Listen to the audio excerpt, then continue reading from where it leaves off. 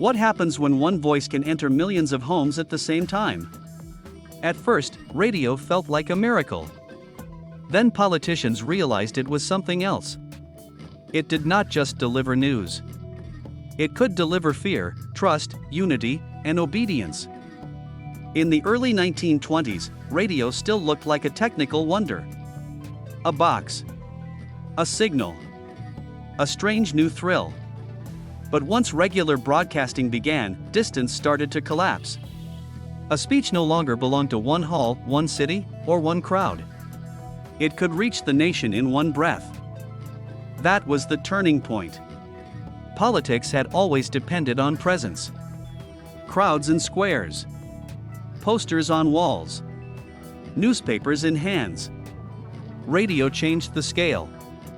Now power could sound calm, personal, even intimate, while speaking to millions at once. And that made it dangerous.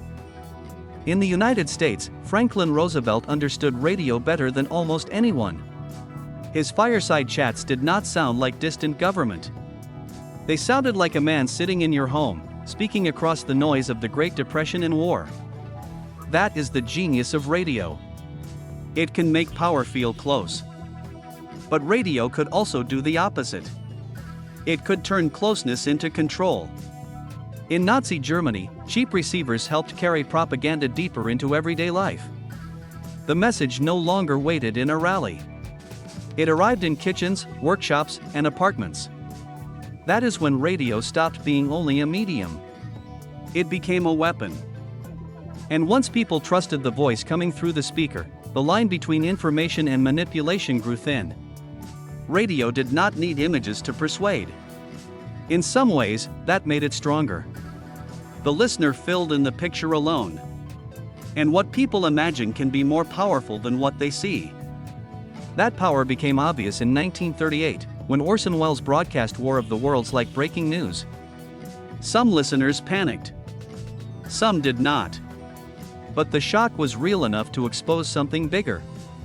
Radio had trained people to believe the urgent voice first and question it later. That is why the rise of radio changed more than communication. It changed politics itself. It taught leaders how to enter private life, how to shape emotion at scale, and how to turn a human voice into mass influence. So here is the real question: did radio connect democracy, or did it teach modern propaganda how to sound human? Subscribe for the next story history still has not finished telling.